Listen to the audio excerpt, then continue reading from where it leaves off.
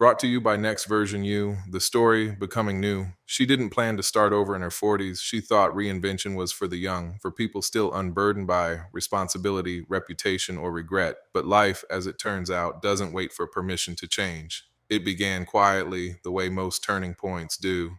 A job that no longer inspired her, a home that felt more like storage than sanctuary, a marriage that had turned into polite silence. She woke up one morning, looked around, and didn't recognize her life or the woman living it.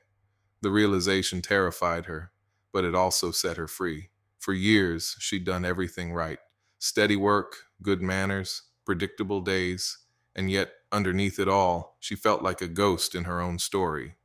That morning, she packed a small suitcase, wrote a note that said simply, "I need to find myself again," and left. It wasn't dramatic. There were no slammed doors or angry tears, just a quiet exit toward the unknown. At first, she felt foolish. She rented a tiny apartment, took a part time job, and spent her evenings sitting alone at a coffee shop, wondering if she'd made a mistake. But the silence, the same silence that once scared her, began to sound like possibility. She started taking long walks, reading again, painting even. Little by little, she began to rebuild not a life, but a relationship with herself. And somewhere between the solitude and the uncertainty, she realized something powerful. You don't have to burn your old life to start a new one. You just have to stop apologizing for wanting more. She stopped chasing approval and started chasing alignment.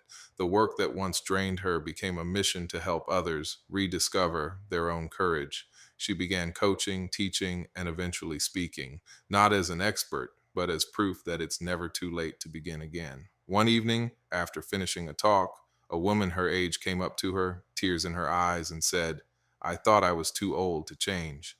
She smiled. So did I, until I did. Now, when she tells her story, she doesn't call it a midlife crisis. She calls it a midlife awakening, because she's learned that sometimes the bravest thing you can do isn't holding your life together.